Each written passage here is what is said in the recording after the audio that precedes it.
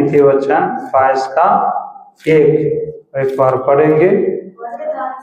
बड़े धन से अच्छा नाम अधिक चाहने योग्य है, सोने चांदी से दूसरों की प्रसन्नता उत्तम है। मतलब जो है बड़े धन से, है ना, आजकल धन के पीछे सब लोग दौड़ रहे हैं, भाग रहे हैं, कमाने के लिए रात दिन मेहनत कर रहे हैं। पैसा है तो सब कुछ है, नहीं तो कुछ नहीं है, ऐसा सोच करके लोग दिन रात पैसा पैसा पैसा पैसा पैसा करके हाय पैसा करके दौड़ रहे हैं। लेकिन पैसा एक धोखा देने वाला वस्तु है। पैसा जो है एक जगह में एक ही आदमी के पास सब दिन रहता नहीं है।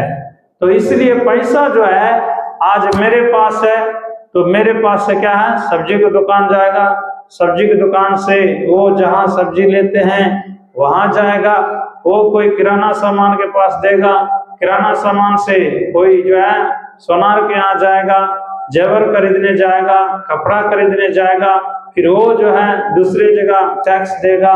तो पैसा जो है एक दूसरे के हाथ से वो बढ़ते रहता, हमेशा एक पैसा रखे नहीं रहता, पैसा हमेशा एक ही जगह नहीं रहता, कुछ ना कुछ खर्चा आ जाता है, कुछ ना कुछ उसके लिए काम लग जाता है, तो पैसा क्या हो जाता है, दूसरे के हाथ में चले जाता है, फिर दूसरे के हाथ से हम लोग के हाथ में आता है। मान चलिए हम खेती करते हैं, अनाज बेचते हैं तो पैसा आ गया, फिर वो पैसा से हम कुछ सामान खरीदे, अनाज खरीदते हैं तो क्या हो गया, तो पैसा फिर किरानादार को चला गया। फिर किरानादार क्या करता है, जहां पर सामान लेते हैं उनके पास जो है डीलर के पास चले जाए।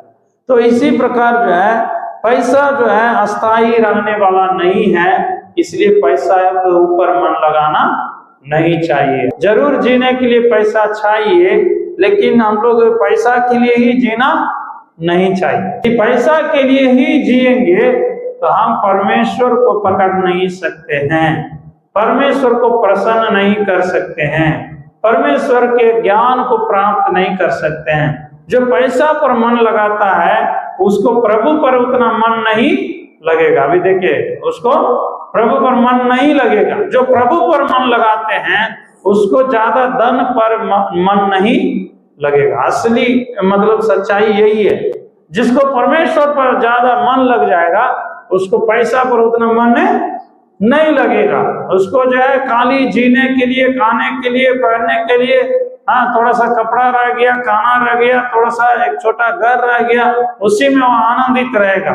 वो जो है ज्यादा हमको और चाहिए और चाहिए और चाहिए करके उसका लोभ लालच नहीं रहेगा, वो बहुत ज्यादा मतलब घूमेगा नहीं। सबसे बड़ा मन में, क्योंकि धन के द्वारा शांति नहीं मिलता किसी को, धन के द्वारा तृप्ति नहीं मिलता है। धन कितनों आप कमा लीजिएगा वो संतुष्टि नहीं रहता। आप मान चलिए आप थोड़ा सा धन को जमा करके देखिएगा, अचानक कोई खर्चा आएगा, सब जमा किया हुआ एक दिन में आपको निकाल के खर्चा करना पड़ जाएगा। समझ रहे ना? तो जरूर हम लोग जो है पैसा को जमा करना चाहिए, थोड़ा सा जमा करना चाहिए सेफ्टी के लिए, आपत्ति के लिए। हम लोग सोच रहे हैं कि अरे आगे समस्या होगा तो क्या होगा, तो इसलिए हमको पैसा चाहिए, इसलिए हम पैसा बचा बचा के रखते हैं। लेकिन आगे जैसे आप सोचे हैं वैसे ही समस्या आपको आगे आ जाएगी। क्यों? आपका भरोसा परमेश्वर पर नहीं है, आपका भरोसा अपने मतलब शक्ति पर है, अपना पैसा पर है, अपने कमाई पर है। आप इसलिए क्या सोच रहे हैं, अरे आगे समस्या होगा तो हमको पैसा अभी से लेके रखना पड़ेगा। तो आप अभी से लेके रख रहे हैं, ज्यादा रख रहे हैं, थोड़ा सा रखना जरूरी है, लेकिन कुछ लोग अपना अधिक से अधिक रख करके, हाल फिलहाल में भी एक आदमी बोल रहा है कि हमको जमीन लेना। हाँ, तो वो जमीन बहुत ले चुका है, फिर भी वो जमीन लेने के चक्कर में है। तो अभी वो क्या है, पैसा उसको ज्यादा हो गया तो सोच रहा है कि जमीन लेंगे। वो जमीन भी किस लिए लेंगे? रहने के लिए नहीं है, रहने के लिए उसको घर आइए है, लेकिन वो सोच रहा है कि वो पैसा को और बढ़ाने के लिए, अभी थोड़ा सा देखिए, ये सब जमीन पहले कम था, अभी बहुत दाम हो गया, हम इधर ले लेते बढ़िया रहता। उसका दिमाग हमेशा क्या रहता है, हम जमीन लेना है, अभी हम 10 लाख मिलेंगे, कल 40 लाख हो जाएगा।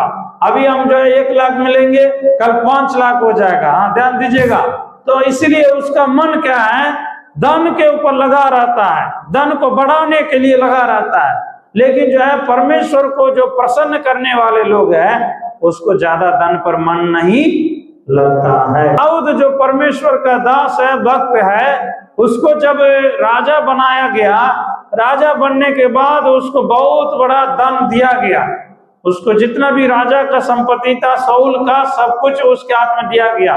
राजमहल दिया गया, अच्छा उसका घर मकान, उसको पैलेस, एकदम राजमहल, उसको सब दिया गया।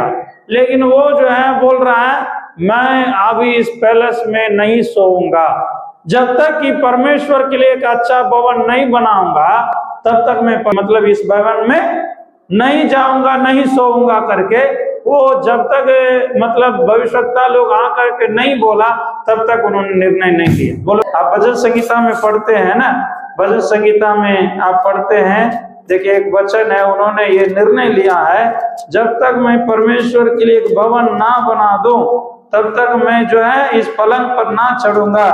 ऐसे करके वो खुद अपने मुंह से ये भजन संहिता में उन्होंने जो है बोलते हुए हम देख रहे हैं। देखिए भजन संहिता 132 का पहला वचन से हम लोग पढ़ेंगे। हे यहोवा,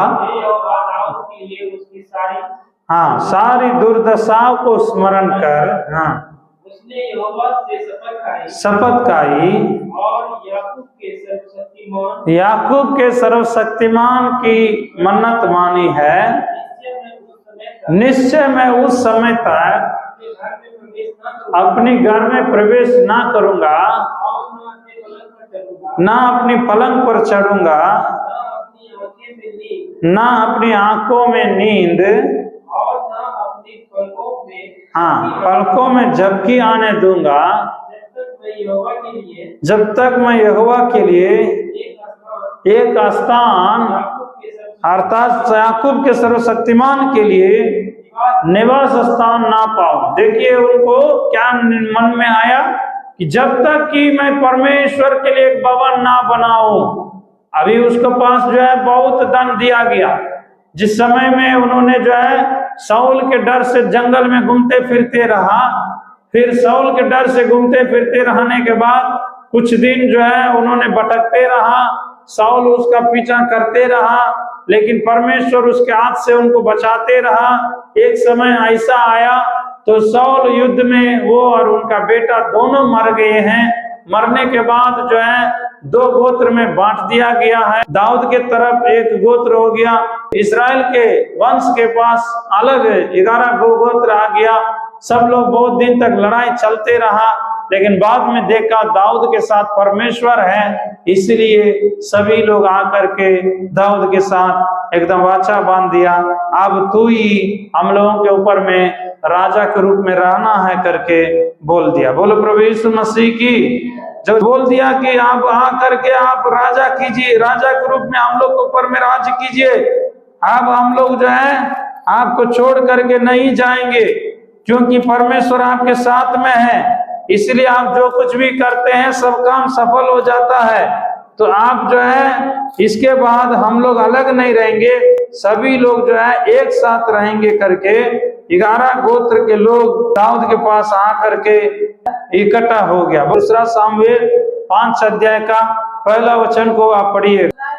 हाँ, सब गोत्र दाऊद के पास हेब्रोन में आकर के कहने लगे, सुन हम लोग, हाँ, एक ही आड़ है, हाँ, एक ही आड़ और मांस है। फिर भूतकाल में शाऊल हमारा राजा था, हाँ, तब पर भी इस्राएल का अगुआ तू ही था। मेरी प्रजा इस्राएल का चरवाहा प्रधान तू ही होगा।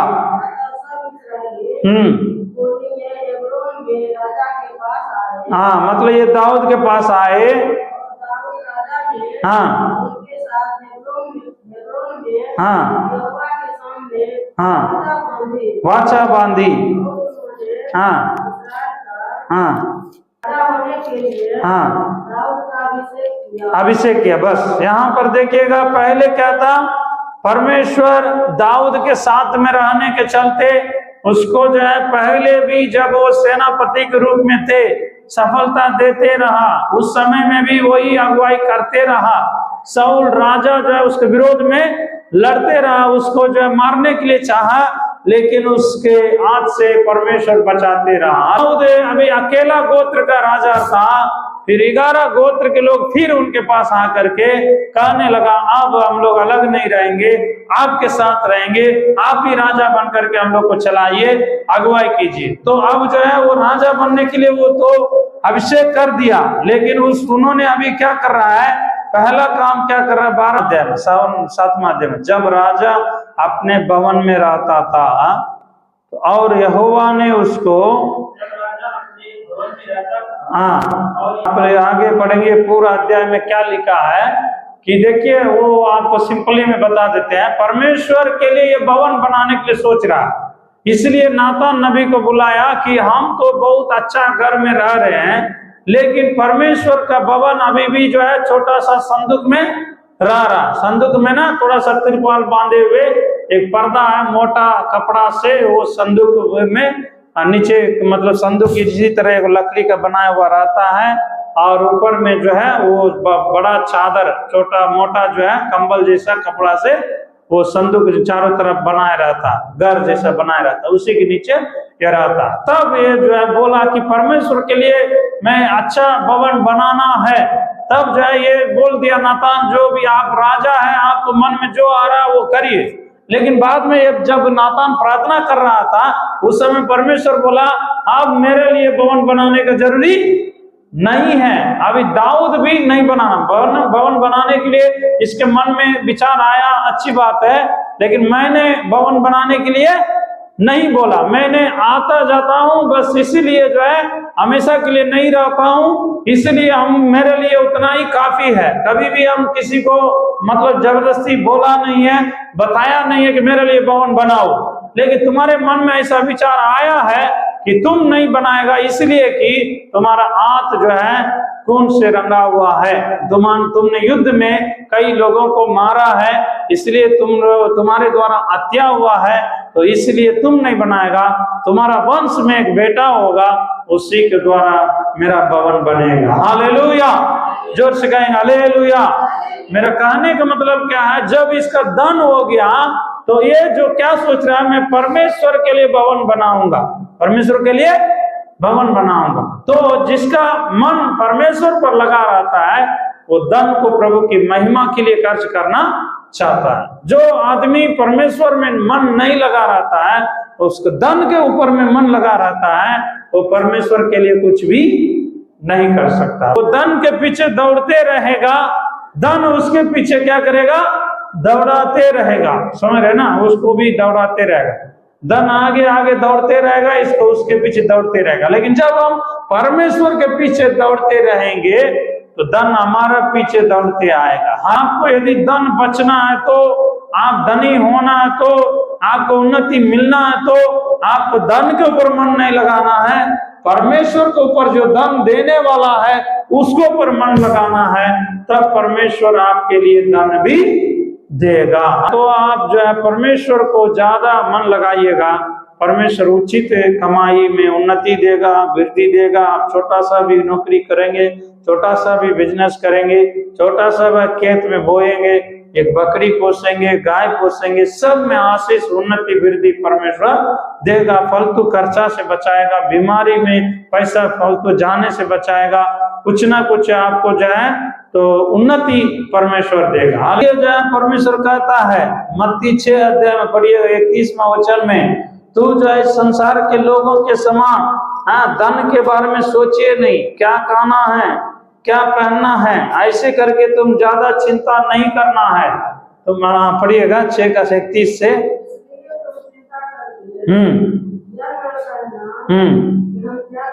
क्या खाएंगे, हाँ हाँ हाँ, ये सब वस्तुओं की खोज में रहता है। अन्य जाति के लोग किसका खोज में रहता है? क्या खाएंगे, क्या पहनेंगे, क्या हमको ओढ़ेंगे, उसके लिए हमेशा खोज करते रहते हैं। रात दिन काम काम काम काम करके काम के पीछे भागते रहते हैं। हाँ, परंतु तुम्हारा स्वर्गीय पिता जानता है कि तुम्हें इन वस्तुओं की आवश्यकता, तुम्हें खाना भी जरूरी है, वो परमेश्वर जानता है। तुम्हें कपड़ा का भी जरूरी है, वो परमेश्वर जानता है। तुम्हारा पैसा का जरूरत है, वो परमेश्वर जानता है। तुम्हारे लिए एक अच्छा घर का जरूरत है, वो परमेश्वर जानता है। जब हम परमेश्वर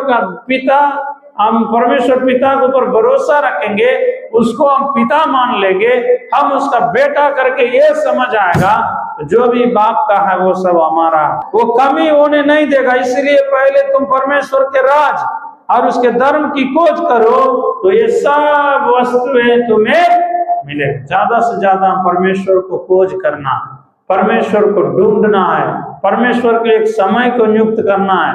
प्रभु के लिए जो समय हमको देना है तो जरूर देना है। बाइबल पढ़ने के लिए, वचन प्रार्थना करने के लिए, संगति में जाने के लिए हम समय देना है। हम परमेश्वर के संगति और वचन और बाइबल के लिए हम थोड़ा सा समय छोड़ करके धन के पीछे समय देंगे, वो धन हमारे लिए धोखा देगा, वो धन में कभी भी वृद्धि नहीं होगा। इसलिए बोल रहा परमेश्वर, दोनों को आप प्रसन्न नहीं कर सकते हैं। संसार का धन और परमेश्वर का धन, दोनों को आप जो है प्रसन्न नहीं कर सकते हैं। परमेश्वर को आप जो है यदि मान रहे हैं तो आपको ज्यादा मन कहाँ लगे रहना है? तो परमेश्वर के प्रति में, धन में लगा रहना। जहाँ तुम्हारा धन है वहां तुम्हारा मन है। मतलब जहाँ धन रहेगा वहां मन लगा रहेगा। धन के पीछे मन लगाएंगे, प्रभु के पीछे धीरे धीरे मन क्या हो जाएगा? कम हो जाएगा। इसलिए जो है आप कितना बड़ा पैसा वाला हो, कितना कमाएंगे, वो जो है करोड़पति बन जाएगा, लाखपति बन जाएगा, धीरे धीरे बुढ़ापा आते आते आते उसका पैसा क्या हो जाएगा? खर्च हो जाएगा। धीरे धीरे बुढ़ापा आते आते उस सब का संपत्ति जो भी कमाया, जो भी किया, दूसरों को देना पड़ेगा। आप नहीं देंगे उचित समय पर, आपके हाथ से छीनेगा, आपके हाथ से ठकेगा। आपका बेटा हो, बेटी हो, या बहू हो, या दामाद हो, कुछ ना कुछ कारण बोल करके आपसे लेगा। तो इसीलिए जो है वो धन जितना बचपन से कमाते जाएंगे, बुरा होते होते कमाई खत्म हो जाए। मेरा दादी बहुत कमाती थी, और मेरे दादी को जो है, मेरा दादा भी सेंट्रल गवर्नमेंट में नौकरी था, दादी भी सरकारी स्टेट गवर्नमेंट में नौकरी था। उस समय में हम सुने थे कि बहुत जेवर उनके पास था, पीतल का बड़ा बड़ा बर्तन रहता था। हाँ, जो है वो जो है पैसा को सूद पर देता था। लेकिन जब बूढ़ी हुई तो मेरा दादा भी धीरे धीरे क्या हो गया? मर गया। दादी अकेला हो गई, बूढ़ी हो गई। धीरे धीरे वो पैसा बांट करके देना पड़ गया। बड़े पापा आके लड़ते थे, झगड़ते थे, मेरा हमको हिस्सा दो, हमको पैसा दो, ये नहीं है वो नहीं है। धीरे धीरे देना पड़ गया। आखिरी में थोड़ा बहुत घर सोचा कि ये छोटा बेटा को, बच्चे लोगों को नहीं मिलेगा, वो भी हम लोगों को शरण लिया, हम लोगों को लिए दे दिया। आखिरी में क्या, सभी बर्तन हट गया, सभी कुछ जेवर हट गया, थोड़ा सा एगो कान वाला जेवर रह गया था, वो भी उनका इलाज में, दवाई में चला गया। क्योंकि वो बूढ़ा होने के बाद कहीं भी जाने के लिए उनको टेम्पो में जाना पड़ता, ऑटो में जाना पड़ता था, और उनको इलाज में दवाई बहुत लगता था। बूढ़ा होते होते, बूढ़ी होते होते, जो भी उनके पास रिश्तेदार लोग बुलाते थे, इसी मतलब बात से कि पैसा लेने के ऐसे, हाँ मेरे पास आइए, मेरे पास आइए, 10 रोज 15 रोज रखेगा, खाना खिलाएगा, फिर कुछ ना कुछ मांग लेगा। मेरे दादी भी वैसे था, वो अपने लिए रखती नहीं थी, वो दे देती थी। उनको पेंशन हर महीना मिलता था। आखिरी में क्या था, कुछ भी नहीं रख पाया, अपने हाथ में कुछ भी रख नहीं पाया। तो इसीलिए हम क्या बोल रहे हैं, कितना हम धन को कमाएंगे, वो धन हमारा नहीं रहेगा, एक दिन दूसरे को देना पड़ जाएगा। लेकिन हम जो धर्म कमाएंगे, वो धर्म हमारा ही रहेगा। वो हमारा धर्म जो है हमारे लिए गवाह देगा। स्वर्ग में जाने के बाद, ये प्रभु के लिए इतना किया है, प्रभु के लिए समय दिया, प्रभु के वचन को याद किया, प्रभु के लिए दान दिया, प्रभु के लिए सेवा किया, प्रभु के लिए सुसमाचार सुनाया, प्रभु के लिए आत्माओं को बचाया, प्रभु के लिए काम किया है, तो वो जब सब बातें क्या होगा, आपके साथ चलेगा। इसलिए प्रकाशित वाक्य में लिखा, जब हम मर करके जाएंगे हमारा काम भी हमारा साथ जाएगा। प्रकाशित वाक्य 14 अध्याय 12 वचन से पढ़ेंगे। पवित्र लोगों का धीरज इसी में है। पवित्र लोगों का धीरज इसी में है, हाँ, जो परमेश्वर की आज्ञाओं को मानते हैं, और हाँ, विश्वास यीशु पर विश्वास रखते हैं। फिर मैंने स्वर्ग से यह सब सुना, हाँ, लिख जो मृतक मरते हैं, प्रभु में मरते हैं वे अब से धन्य है। आत्मा कहता है क्योंकि वे अपने सारे परिश्रम से विश्राम पाएंगे और उनके कार्य उनके साथ हो लेते हैं। हालेलुया। हम मर करके जब जाएंगे हमारा कमाया हुआ रुपया हमारे साथ नहीं जाएगा, वो जेवर हमारे साथ नहीं जाएगा, हमारा जो कपड़ा है बढ़िया बढ़िया साड़ी खरीद करके हम रखे हैं हमारे साथ नहीं जाएगा, हमारा अलमारी या घर मकान टाइल्स जो भी सोना जेवर कुछ भी हमारे साथ नहीं जाएगा। लेकिन एक चीज जाएगा, बोल रहा जो प्रभु के लिए हमने कार्य किया है तो वो हमारे साथ जाएगा। जरूर हमको संसार में धन चाहिए, धन कमाना भी चाहिए, लेकिन मन धन के लिए प्रभु को हम खोना नहीं चाहिए, हमारा मन धन में लगना नहीं चाहिए। इसलिए जो है धन के साथ साथ हम प्रभु के ऊपर में मन लगाते हुए हम आगे बढ़ते रहेंगे। प्रभु क्या करेगा, आगे बढ़ाएगा। इसलिए भजन संहिता में दाऊद कहता है, जो 119 को हम लोग पढ़े थे, भजन संहिता 119 का 36, मेरे मन को लोभ की ओर नहीं अपनी चितौनियों की ओर फेर दे। और 37 वचन भी पढ़िएगा, मेरे आंखों को व्यर्थ वस्तुओं की ओर से फेर दे, तू अपनी मार्ग में मुझे जिला। कि दो प्रार्थना के रूप में यहाँ पर सजनगार बोलता है, मेरे मन को लोभ की ओर नहीं। लोभ की ओर, लोभ का मतलब क्या है, हम लोग का मतलब योग्यता से ज्यादा खोजना, हमारे पास जितना हम कमा रहे हैं जितना हमको चाहिए उतना ही रखना। कभी कभी लोभ में लोग क्या है, कर्जा भी उठा करके बहुत कुछ कर लेता है, फिर बाद में उसके लिए दिक्कत हो जाता है। लोभ में क्या है, चोरी कर लेता है, लोभ में क्या है, झूठ बोल देता है। लोभ के कारण ही लोग क्या करता है, सच्चाई को, ईमानदारी को, इंसानियत को खो देता है। हाँ, लोभ के कारण ही, लोभ लालच के कारण ही चोरी करना, हत्या करना, विचार भी लोभ के कारण ही करता। तो इसलिए जो है, तो हम लोगों के अंदर में वो बोल रहा है प्रभु का दास कि मुझे लोभ की ओर से मेरा मन को क्या कीजिए, हटाइए। व्यर्थ वस्तुओं की ओर मन लगने नहीं दीजिए। व्यर्थ वस्तुओं का मतलब ये संसार का वस्तु व्यर्थ है, वो जो है हमारा जीवन को बचा नहीं सकता। प्रभु जब तक रखेगा तो उसका दया कृपा रहेगा, हम स्वस्थ रहेंगे, चंगा रहेंगे। जब तक रहना अच्छा से रहेंगे तो परमेश्वर की इच्छा नहीं होगा, हम एक दिन मर जाएंगे, मर करके आराम से प्रभु के राज्य में चले जाएंगे। सब दिन तो नहीं रहेगा, कितना करोड़पति है, लाखपति है, मिलियनियर है, वो क्या सब दिन रहेगा, नहीं रहेगा, वो उसको भी मरना पड़ेगा। कितना बढ़िया से बढ़िया खाना खाएगा, कितना बढ़िया से बढ़िया डॉक्टर को इलाज के लिए रखेगा, दवाई करवाएगा, फिर भी उसको भी मरना ही पड़ेगा। इसलिए बोल रहा है प्रभु का दास, मेरे मन को लोभ की ओर नहीं, अपनी चितौनियों की ओर, आपका वचन की ओर, आपका जो है चेतावनी है उसको हम अधिक से अधिक जानना है, हम संभल करके चलना है। इसलिए मेरे आंखों को, अपनी आंख को हम व्यर्थ वस्तुओं की ओर लगाना नहीं चाहिए, है ना। सोना, जेवर, पैसा, बढ़िया बढ़िया कपड़ा, ये सब जरूरी है, लेकिन ज्यादा मन उसी पर लगना नहीं चाहिए। प्रभु के ऊपर मन लगाएंगे जरूर अच्छा वस्तु हमें मिलेगा, अच्छा वस्तु हमें मिलेगा। प्रभु देने के लिए चाहेगा तो किसी ना किसी के द्वारा, किसी ना किसी माध्यम से, हाँ, कोई ना कोई रास्ता से आपको मिलिए जाएगा।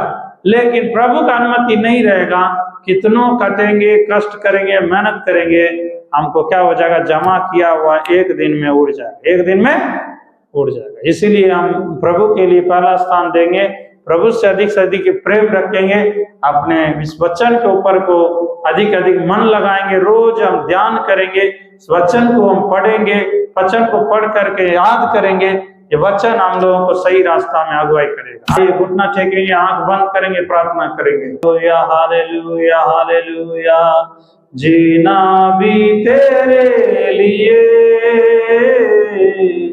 मरना भी तेरे लिए, मेरे जीना भी तेरे लिए, मरना भी तेरे लिए, तेरे लिए मैं जी रहा हूँ, तुझसे प्यार कर रहा हूँ, तेरे लिए मैं जी रहा हूँ, तुझसे प्यार कर रहा हूँ, मेरे जीना भी तेरे लिए,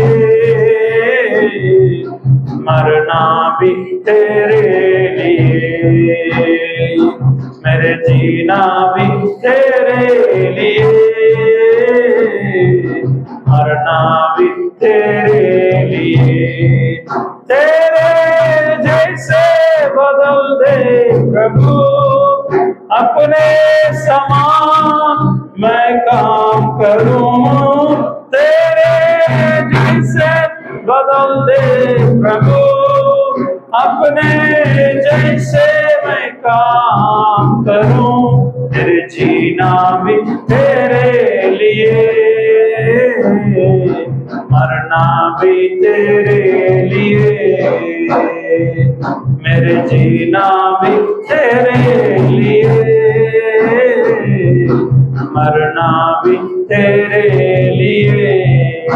या प्रभु जी, हम लोगों के लिए एक ही एक जीवन है, वो आपके लिए अच्छा से जीने के लिए मदद कीजिए।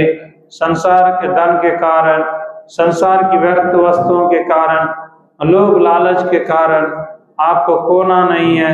आपके उद्धार को, आपका अनंत जीवन को, आपका शांति को, आपका दया की सुरक्षा को हम खोना नहीं चाहिए प्रभु। हाँ प्रभु जी, आपकी दया रहेगा तो सुरक्षा रहेगा, स्वस्थ रहेंगे प्रभु, तो संभालेगा, तो रक्षा करेगा। आपके भरोसा में हम लोग आगे बढ़ने के लिए सहायता कीजिए प्रभु। लोभ लालच की बातों से हमें प्रभु बचाइए, मेरे मन को फेर दे। जैसे प्रभु दाऊद प्रार्थना करता है, मेरे मन को व्यर्थ वस्तुओं के ऊपर लगने ना दे, वैसे ही परमेश्वर हम लोगों को आज्ञाओं को, चेतावनियों को मानते हुए चलने के लिए सहायता कीजिए राजा। आशीष का राजा, तेरे लहू में सौंपते हैं, तेरे हाथों में सौंपते हैं, तेरे सम्मुख में सौंपते हैं, तो अगुवाई करिए प्रभु। हम लोग आपके बच्चे हैं प्रभु, हम लोगों को क्या क्या जरूरी है आप जानते हैं राजा। तूने कहा संसार के लोग के जैसा तुम चिंता नहीं करना, क्या खाएंगे, क्या पहनेंगे, कल क्या करेंगे, परसों के लिए क्या चाहिए, अगले साल के लिए क्या चाहिए, ये चिंता को मेरे मन से दूर कीजिए राजा। हम लोग आपके ऊपर भरोसा रखने के लिए, आप उचित समय पर हमारी जरूरतों को पूरा करेगा। आप दयालु है प्रभु, आप ख्याल करने वाला है। तूने कहा मुझे तुम्हारा ख्याल है। आप प्रभु ऐसे ही हमें ख्याल रखिए, अगुवाई कीजिए प्रभु। जितना भी विश्वासी लोग हैं, जो भी परमेश्वर सुन रहे हैं, सबों के जीवन में तो ख्याल रखते हुए आशीष कर राजा। इनके लिए जो भी धन रखे हैं, जो भी आशीष रखे हैं, वो ढूंढते हुए इनके पास आने पाए प्रभु जी। शैतान जो है श्राप देने वाला है, शैतान हमारा आशीष को रोकने वाला है। वो हम लोगों के लिए जो भी आशीष आना चाहिए उसको परमेश्वर डाइवर्ट करने वाला है। लेकिन हम लोग प्रार्थना करते हैं यीशु नासरी के नाम से, हमारे धन कोई भी छुड़ाने ना पाए, हमारा सुरक्षा को कोई भी छुड़ाने ना पाए, हमारे कमाई को फालतू खर्चा में जाने ना पाए प्रभु जी। हमारा उन्नति, हमारा बरकत आपके ओर से होने के लिए हम प्रार्थना करते हैं राजा। आशीष कर राजा, हमारी जरूरतों को पूरा कर राजा, हमारी चिंता को दूर कर राजा। कल के लिए क्या चाहिए तो चिंता ना करना, कल वो अपने लिए वो सोचेगा तुम्हें क्या चाहिए। इसलिए परमेश्वर उचित समय पर हमारे लिए सब कुछ पूरा करेगा। धन्यवाद यीशु, हम लोग भरोसा रखते हैं, विश्वास रखते हैं, तेरे वचन के द्वारा हम लोगों के विश्वास को बढ़ाया। कोटि कोटि धन्यवाद देते हैं। धन्यवाद प्रभु जी, स्तुति करते हैं। कई लोग प्रभु जी, विश्वासी लोग धन के पीछे मन लगा करके आपकी संगति से दूर हो रहे हैं, प्रार्थना से दूर हो रहे हैं, वचन से दूर हो रहे हैं। ऐसे लोगों के लिए प्रार्थना करते हैं, वो धोखा में है प्रभु। वो परमेश्वर फिर से जिस जाल से निकला है उस जाल में फंसने जा रहे हैं। परमेश्वर उन्हें बचाइए राजा, उनको छुड़ाइए राजा। सबको परमेश्वर समय निकाल कर आपके सम्मुख आने के लिए सहायता कर राजा। शुक्रवार की प्रार्थना को तुच्छ ना जाने, यीशु के नाम में प्रभु जी सब लोग तेरे निकट आने पाए। पवित्र आत्मा हर एक पुराना विश्वासी लोगों के जीवन में तो कार्य कर राजा। सब लोग प्रार्थना करेंगे हालेलुया। कोई भी भटकने ना पाए, कोई भी पीछे ना होने पाए। यीशु राजा, जैसे अब धरती में रहने के समय में अपने छोले लोगों के लिए प्रार्थना किया, वैसे मैं प्रार्थना करता हूँ हर एक विश्वासी को तो संभालिए प्रभु जी। अंत के दिनों में शैतान प्रभु जी बहुत माया को दिखा करके फंसा रहे हैं परमेश्वर, बहुत जाल में फंसा रहे हैं प्रभु जी। बहुत कुछ वो कमा रहे हैं लेकिन वृद्धि नहीं हो रहा है, उन्नति नहीं हो रहा है, रात दिन मेहनत करके भी आशीष नहीं हो रहा है। प्रभु जी, ऐसे लोगों को आप याद दिलाइए राजा, आपके निकट आने पाए, आपकी संगति में आने पाए। फिर से वो आग बरसा दे, फिर से तूफान आने दे। तेरी महिमा से, तेरी ताकत से, फिर से तू अभिषेक कर ले। फिर से तू आग बरसा दे, फिर से तूफान आने दे। तेरी महिमा से, तेरी ताकत से, फिर से तू अभिषेक कर ले। पवित्र आत्मा, पवित्र आत्मा, पवित्र आत्मा, पवित्र आत्मा, पवित्र आत्मा,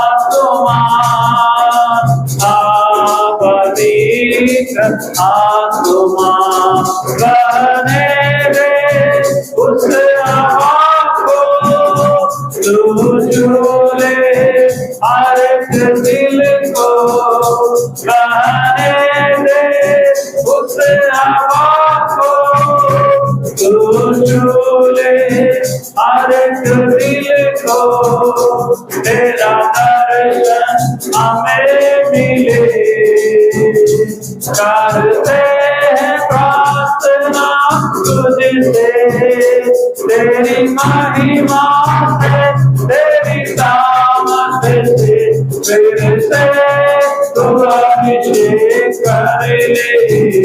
तेरी महिमा से, तेरी ताकत से, फिर से तू अभिषेक कर ले। पवित्र आत्मा, पवित्र आत्मा, पवित्र आत्मा, पवित्र आत्मा,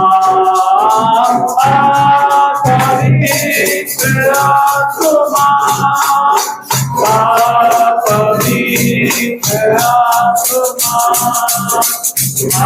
पवित्र आत्मा,